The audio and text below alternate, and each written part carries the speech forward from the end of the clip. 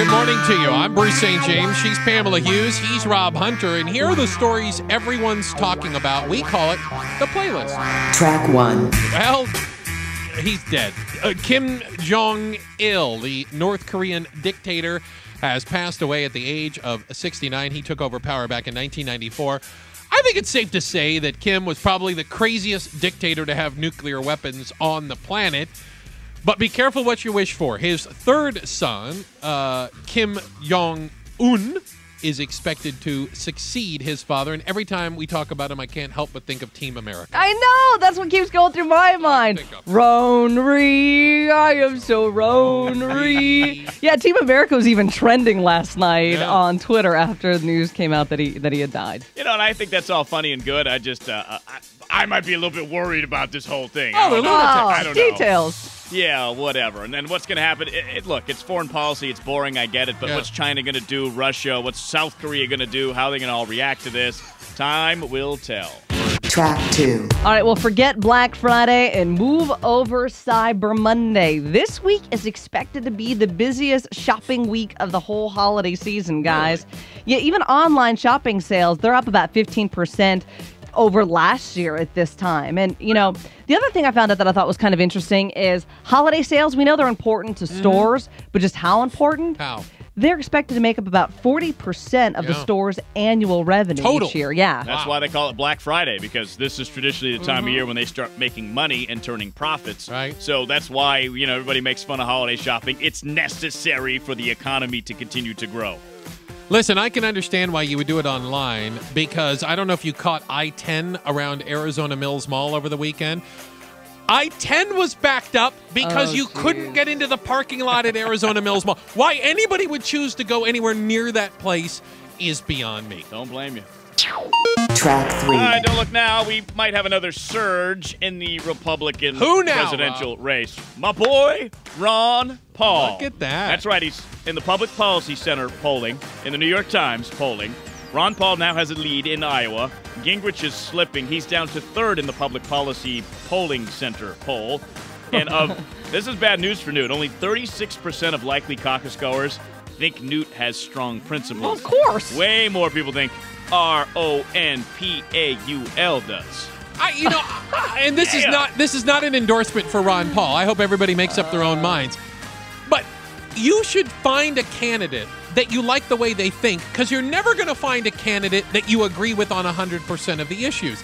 The thing I like about Ron Paul is he is consistent. I understand the way he thinks, and I could take other instances and put him through his mindset and figure out how he decides things. This just goes to show how schizophrenic the Republican Party is, that who everybody has led at some point in time. Guys, everybody has led, and it just goes to show that Gingrich peaked a little too soon, and now you've got Ron Paul moving in for the kill. Interesting. Track 4. The family of an inmate who was severely injured at the 4th Avenue Jail is looking for some answers this morning.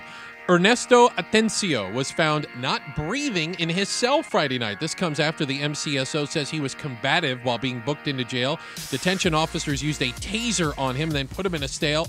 They checked 15 minutes later and found him not breathing and unresponsive. There is conflicting reports now as to his condition. Well, you know, the family says that he has a mental illness and he usually isn't combative. But, I mean, police officers have their reasons for doing things. The family isn't upset that they used a taser. They're upset because after they did it, they threw him in a cell and didn't check on him. Left him alone. Yeah, and look, I just don't like stories like this. I get that inmates a lot of times are bad people and probably sometimes need a beat down. But it shouldn't get to the point where the guy might be brain dead. I mean, let's be honest here.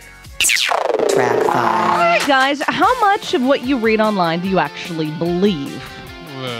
Not much. See, you're like most people. Now, see, those that use the internet, about 3/4 of us, you know, it's an important resource. We think it's an important resource. But when it comes to whether or not the stuff we're reading, thinking it's reliable, well, biggest mistrust is on social networks. So when you read something on Facebook or Twitter, you kind of, have a grain of salt with it. But most trust comes with government and big media. Come on. Which is kind of funny in and of itself that people actually trust the government, but we hate them at the same time. Same thing with the media.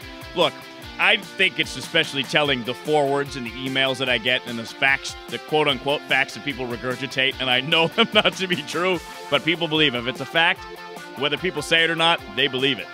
You know how you can tell something's not true? When the first line of that email is, I looked this up on Snopes, and it's Snopes.com, and it's true. I immediately know it's not true. Listen, I'm just not as gullible, I think, as other people, unfortunately.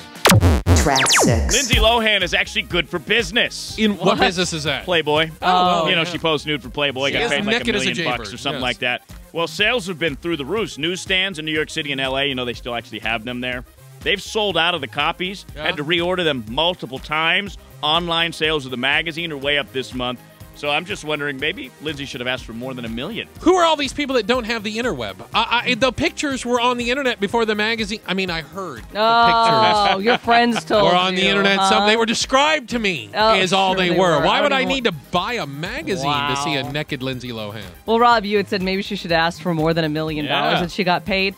Well, she is imitating a very famous photo done by Marilyn Monroe. Yeah. That Marilyn Monroe was only paid $50 for the original photo. Really? That. Pays to be second. The times, they are a-changing. That is the playlist.